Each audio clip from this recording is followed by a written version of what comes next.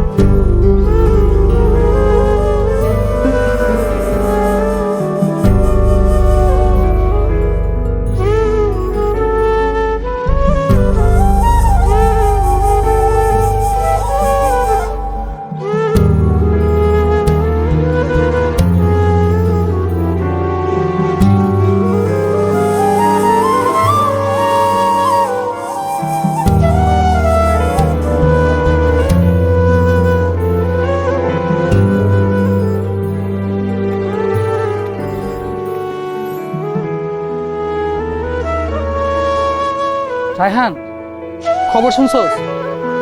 কি হয়েছে? মায়েদের তো বিয়ে হয়ে গেছে। বড় বোনের কি হয়েছে?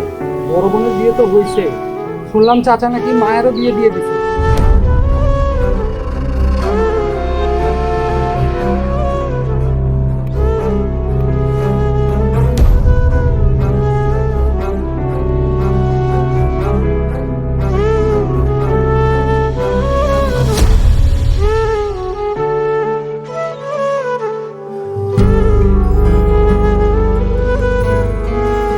আমি যেটা শুনছি সেটা কি সত্য? আর তুমি রাজি হয়ে গেলে কা? একটাবার আমার কথা মাথায় এলো না? আমি রাজি না হওয়ার কি আছে? আব্বা তো বলছিলই, আর আমি এখানে কি করতে পারি?